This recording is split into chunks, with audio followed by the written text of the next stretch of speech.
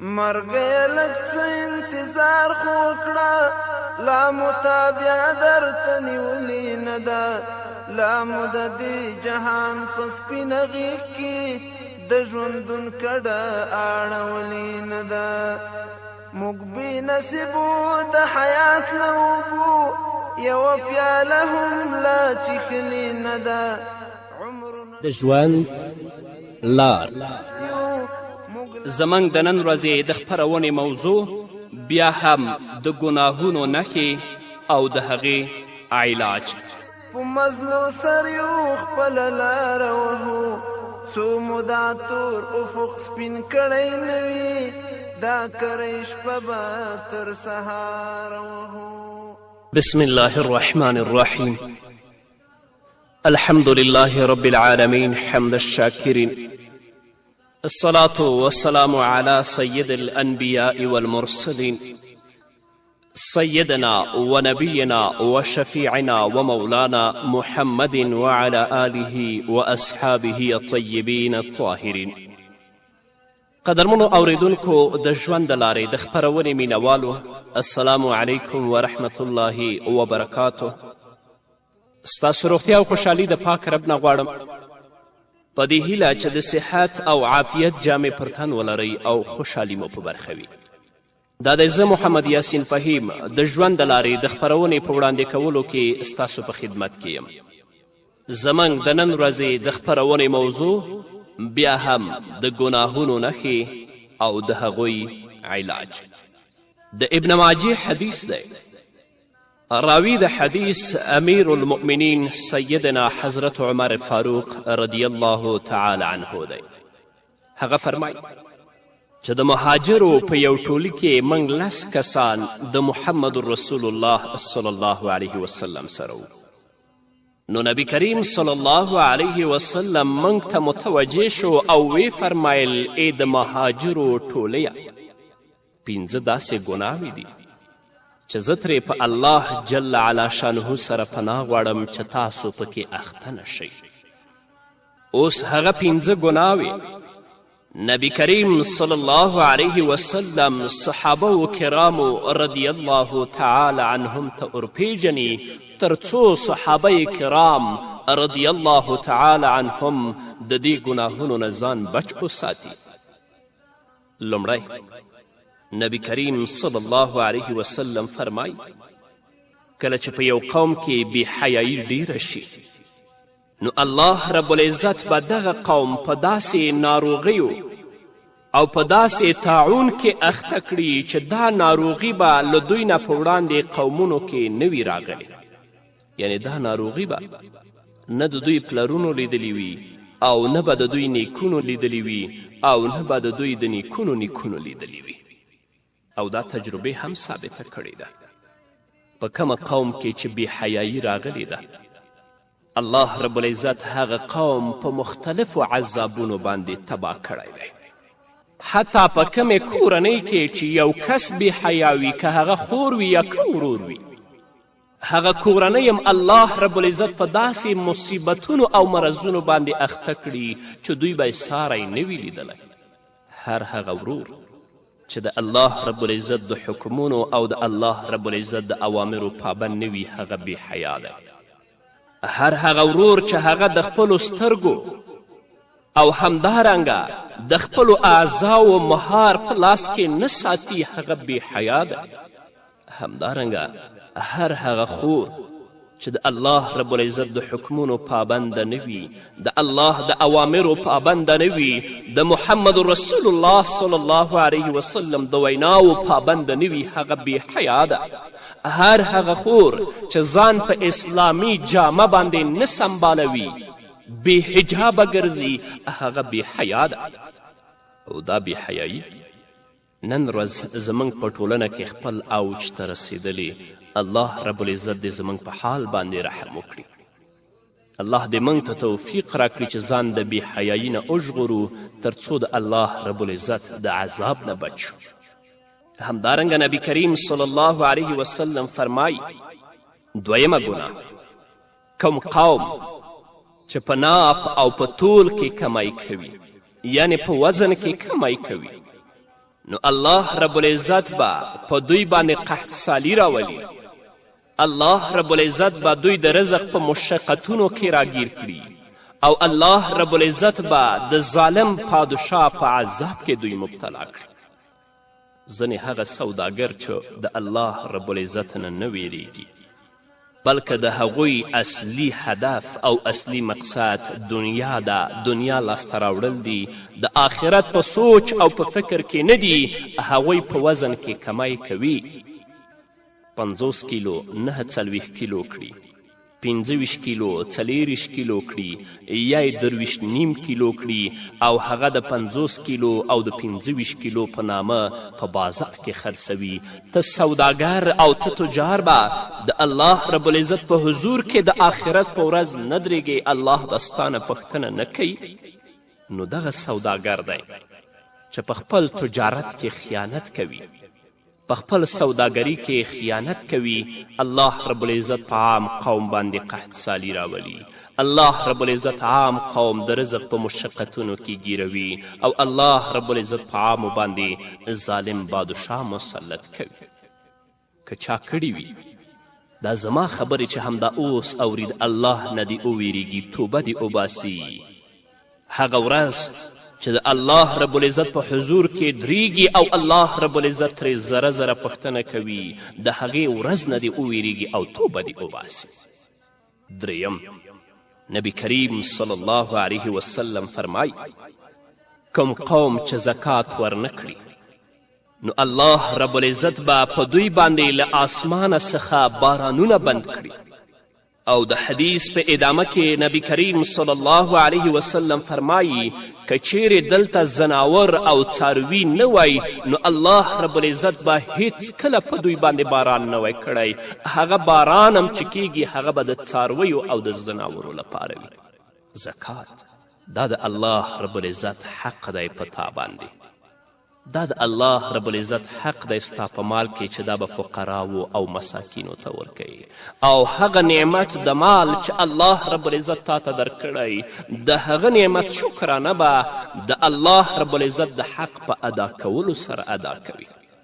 کنی الله رب العزت به د آسمان نه په تا باندې بارانونه بند کړي او کم باران چې کیږي هغه به هم د څارویو او د زناورو لپاره وي، ستا لپاره نه. همدارنګه نبی کریم صلی الله علیه وسلم فرمایی څلورم، د کوم قوم چې علما د الله رب العزت په احکامو باندې عمل پرېږدي نو الله رب العزت به دوی په خپلو کې په شخړو باندې اخته کړي او په شخړو باندې به واچوي. نن دغه بدبختي موږ په خپله ټولنه کې وینو. ښه به پوهیږي چې دا د الله رب العزت حکم دی، ښه به پوهیږي چې دا د محمد رسول الله ارشاد او وینا ده، خو دا به د خپلو شخصي ګټو او د موقف لپاره ظالم په بدعت باندې روان وي. عمل به د الله رب العزت د وینا خلاف وي، عمل به د محمد رسول الله صلی الله علیه وسلم د ارشاداتو خلاف وي. او دنیوي پیسو او مادیاتو لپاره به هر ظالم ته د جواز فتوا ورکوي اگر که هغه کار حرام هم وي. نو ځکه محمد رسول الله صلی الله علیه وسلم فرمایي د کم قوم چې علما د الله رب العزت په احکامو باندې عمل پرېږدي نو الله رب العزت به دوی په خپلو کې په شخړو باندې واچوي. پنځم، کم قوم چې واده خلافي وکړي نو الله رب العزت به پرې له پردیو څخه یو دښمن مسلط کړي، هغوی به د دوی هر څه چور کړي او له ځان سره به ویسي. دا د محمد رسول الله صلی الله علیه وسلم وینا وه هغو مهاجرو صحابو کرامو ته تر څو د دې ګناهونو نه ځان بچ کړي. نو سلسلتا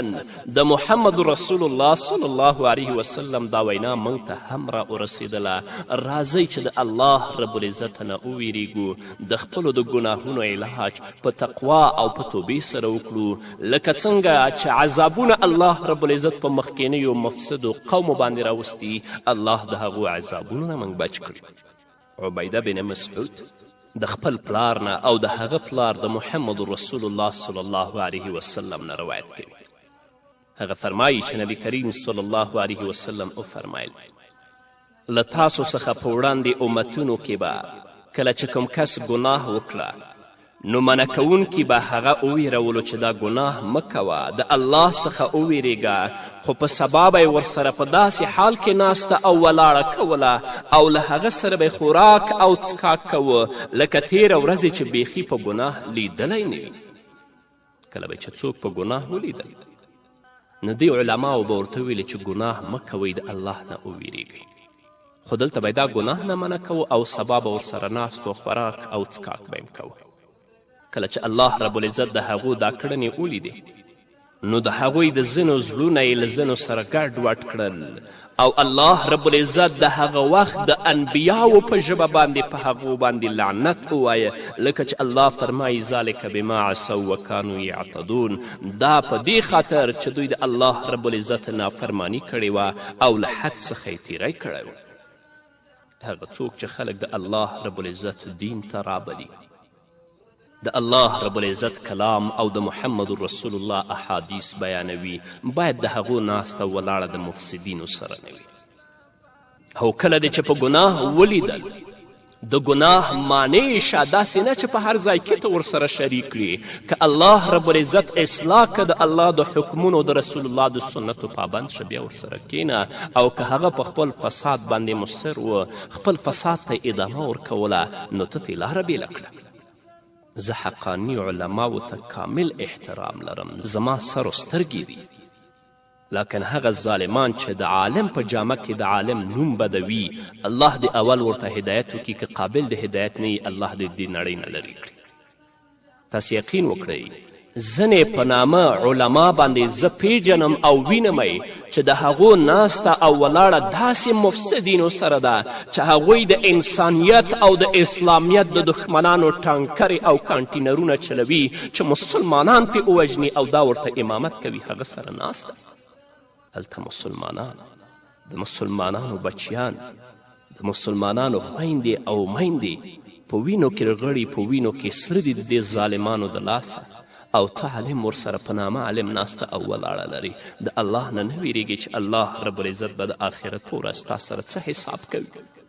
نو باید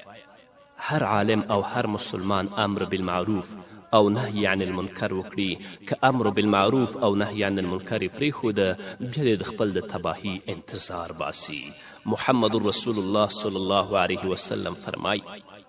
قسم په هغه ذات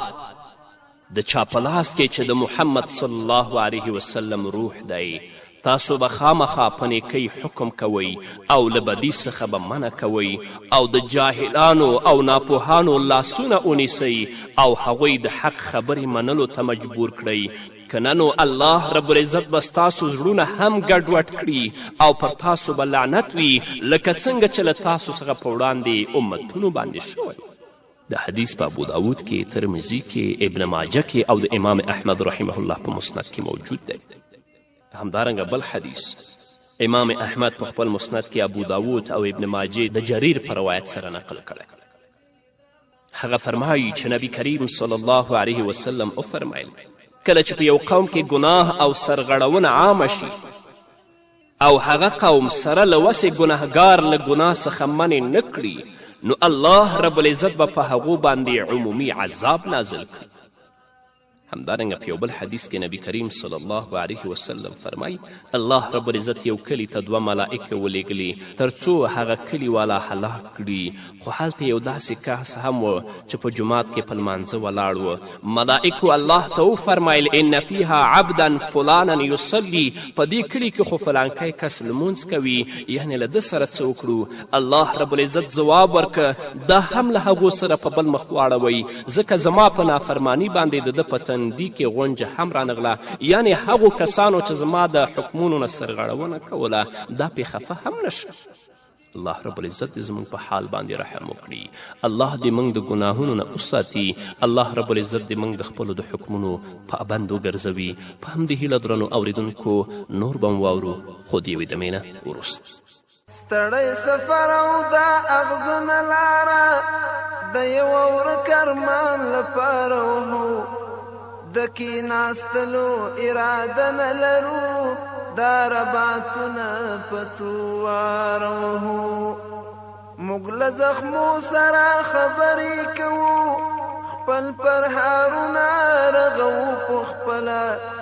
موږ په زولیو کې تڼاکې ورو ځان رسو تر آخري منزله چې له اجله سره لوبې کوو تاریخ موزیکي خود له هره پله هسې د خېټې مینان خو نه یو ورکوو وینه د خپل زړه له تله. درنو اوریدونکو بیا هم زموږ سلامونه ومنئ. هغو قومونو چې د الله رب العزت حرام حلال ګڼلی دي،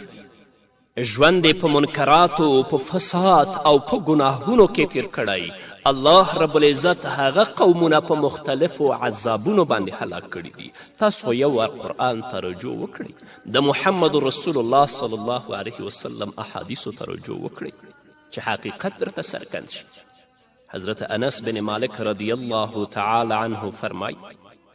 چې زه او زما یو ملګری د ام المؤمنین حضرت عایشې رضی الله تعالی عنها خواته راغلو او ورته مو وویل ای د مؤمنانو مورې موږ ته د زلزلو په اړه یو څه معلومات راکړه. ام المؤمنین حضرت عایشې صدیقه رضی الله تعالی عنها ورته فرمایي کله چې زنا روا وبلل شي، شراب څکل او د سندرو آلات و اسباب عام شي، نو الله رب العزت دا په اسمان کې غیرت ورشي او ځمکې ته امر وکړي چې په دوی باندې زلزلې راوړي. که چیرې دغه خلکو توبه وکړه او ګناه یې پرېښوده نو سمه ده، او که نه دوی ټول به الله رب العزت د زلزلو په واسطه باندې تباه کړي. ډېری خبرې زه تاسو ته د دې د راډیو د لارې نشم کولی. څه حال دی نن ورځ په دې ټولنه کې، په عمومي بڼه په اسلامي ټولنه کې څه نه دي چې نه ترسره کیږي. دا چې الله رب العزت په موږ باندې د آسمان نه کاڼي نه وروي، دا هم د الله فضل دی په موږ باندې. زنا او شراب خو خپل اوج ته رسېدلي. موسیقي خو پرېږده چې په هرې کورنۍ کې اوس یو ډم پیدا شوی دی، او که ډم پکې نه وي هغه د ډمتوب آلات و اسباب په هغه کور کې ضرور پراته دي. حتی ځینې خو دومره ظالمان دي، دین ته خائن دي چې د الله یاد په موسیقي سره کوي. محمد رسول الله صلی الله علیه وسلم فرمایي چې زه د الله رب العزت له طرفه رالیږل شوی یم تر څو د موسیقي آلات و اسباب میده میده کړم، ماتې کړم، او دوی راځي الله او محمد موسیقي سره یادوي، د الله نه نه ویریږي. دا بې شرم. دنیا ژوند ډېر محدود ژوند دی، دنیا ژوند ډېر لنډ ژوند دی. راځئ د الله نه وویریږئ، راځئ د الله د حکمونو پابند شئ، د محمد رسول الله صلی الله علیه وسلم د سنتو پابند شئ، که نه د آخرت په ورځ به الله رب العزت تاسې خپل حضور کې دروي او الله به درنه ستاسو د ژوند او ستاسو د عملونو ذره ذره پوښتنه کوي. د دې پر ځای چې ته موسیقي واورې، د الله رب العزت کلام واوره، د محمد رسول الله صلی الله علیه وسلم احادیث واوره چې الله درنه راضي شي. خو نن اکثره خلک په دې ټولنه کې د الله نه دومره لرې شوي دي چې یو ډم ته چې الله په هغه باندې لعنت وایي، رسول الله په هغه باندې لعنت وایي، هغه مفسد ته قدر او عزت ورکول کیږي، یو عالم ته په هغه اندازه باندې نه ورکول کیږي. الله دې په موږ رحم وکړي. ابن مسعود رضی الله تعالی عنه فرمای کله چې ام المؤمنین حضرت عایشې رضی الله تعالی عنها دا خبره وکړه، نو موږ ورته ویلې ای د مؤمنانو مورې آیا دا د هغو لپاره عذاب دی؟ ځواب یې راکه بل موعظة ورحمة للمؤمنین ونکالا وعذابا وسختا علی الکافرین. نه بلکه دا د خو د مؤمنانو لپاره نصیحت او رحمت دی، او د کافرانو او د مفسدینو لپاره عذاب او د عبرت مقام دی. نو نن ورځ چې مسلمانان په څومره بدبختیو کې گیر دي، دا ټول د مسلمانانو د خپلو د اعمالو نتیجې دي. حسن بصری رحمه الله فرمای کله چې الله رب العزت یو قوم سره د ښېګڼې اراده کوي، نو د هغو د معاملاتو واګي د نیکو اخلاقو په لاس کې ورکوي، او کله چې یو قوم سره د بدی اراده ولري، نو د هغو د چارو واګي د بدو خلکو په لاس کې ورکوي او د دوی خزانې بخیلو مشرانو ته سپاري. دغه حال دی که نه دی؟ همدارنګه حضرت موسی علیه السلام خپل رب ته وړاندیز کوي چې ای زما پروردګاره زه څنګه پوه شم چې ته خفه یې او څنګه پوه شم چې ته راضي یې ستا د رضا او ستا د ناخوښي علامې کومې دي الله رب العزت حضرت موسی علیه السلام ته ځواب ورکوي کله چې زه په تاسو باندې نیک خلک مشران وټاکم نو دا زما د رضامندي نښه ده او کله چې زه تاسو باندې بدان او مفسد خلک مشران وټاکم نو دا زما د نارضایت نښه ده همدارنګه فضیل بن عیاض رحمه الله فرمایي ابن کثیر قول را نقل کړی دی چې الله رب العزت خپل یو نبی ته وفرمایل کله چې یو داسې کس زما نافرمانی کې اخته شي چې ما پیژني نو زه په هغو باندې داسې پادشاه مسلط کوم کوم چې ما نه پیژني بیا به هغه په دوی باندې ظلم کوي نن ورځ چې مفسد حکمرانان الله رب العزت په موږ باندې مسلط کړي دي نه خپله د الله رب العزت د حکمونو پابند دي نه هغه کسان چې د دوی په شاوخوا کې دي نه د الله رب العزت حکمونه تطبیقوي نه د الله رب العزت حکمونو ته اعتنا کوي دا ټول زموږ د خپلو د اعمالو نتیجې دي حضرت عبدالله ابن عمر رضی الله تعالی عنهما فرمای چې نبی کریم صلی الله علیه وسلم وفرمایل قیامت به تر هغه وخته پورې قائم نشي تر څو چې الله رب العزت دروغجن امیران فاجر وزیران خیانت کوونکي معاونین او فاسقه قاریان پیدا نکړي د دوی ښکاره علامه به د رهبانیت علامه وي خو زړونه به د مردار څخه ډیر بد بوی لرونکي وي ضرورت نشته چې هر یوې تاسو ته در وپیژنم او درته تشریح کړم زما د خبرو په اوریدلو سره تاسو مقصد ته رسیږئ او پوهیږئ په کمال احترام سره چې زه حقانی قاریانو ته لرم چې قرآن یاد کړی او په قرآن باندې عمل کوي خو فاسقه قاریانو ته د الله هدایت وکړي قرآن به یاد کړی خو په مخ باندې به ګیره نه وي د محمد رسول الله د سنتو پابند به نه وي قرآن به یاد کړی وي خو په غاړه کې به نیکټایي پرته وي قرآن به یاد کړی وي خو داسې جامه یې اغوستې ده چې هغه د مسلمان سره د سره نه ښایي او په هر ځای کې به دوی د قرآن غږ پورته کوي حتی د سودي بانکونو افتتاح هم چې کیږي دوی به افتتاح په قرآن باندې کوي محمد رسول الله صلی الله علیه وسلم د حدیث په ادامه کې فرمایي د دوی خواهشات به بیلابیل وي الله رب العزت به د دوی لپاره انتهایی فتنې پیدا کړي او خلک به په دې کې پرله پسې هلاکیږي قسم په هغه ذات چې د چا په لاس کې زما روح دی اسلام به ورو ختم شي تر دې چې داسې یو کس به هم پیدا نشي چې الله الله ووایي الله رب العزت دې زموږ په حال باندې رحم وکړي الله رب العزت دې موږ د خپلو حکمونو پابند وګرځوي الله رب العزت دې موږ د محمد رسول الله د سنتو پابند وګرځوي تر څو چې رب زموږ نه راضي شي په همدې هیله درنو اوریدونکو دغه به زموږ د نن ورځې خپرونه چې ستاسو درنو حضور ته وړاندې شوه تر بلې خپرونې پورې چې زه بیا هم ستاسو درنو حضور ته راځم تاسو ټول په لوی او بخښونکي الله سپارم پاتې ژوند مو نیکمرغه ښاد بریالي او کامیابه اوسئ چې مو خوړلی دی د مینې په تور لا هغه غشی په سینو کې لرو د پاکې مینې قاتلان لټوو لا د کسات لمبې په زړو کې لرو لا مو په وینو کې جذبې تودې دي دومره احساس لا په رګو کې لرو چې له دردو ترجماني پرې وکړو لا دومره ژبې خو په خولو کې لرو مچو خاورې د جانان د قدم ځکه هر چا ته لیوني ښکارېږو موږ مسافر یو د یوې بلې دنیا په دې جهان کې موږ پردي ښکارېږو پر ګریوانه روغه تڼۍ نه لرو له دې رواجه پخواني ښکارېږو زموږ نعرو ته یې بل رنګ ورکړی د هر چا سترګو کې هغې ښکارېږو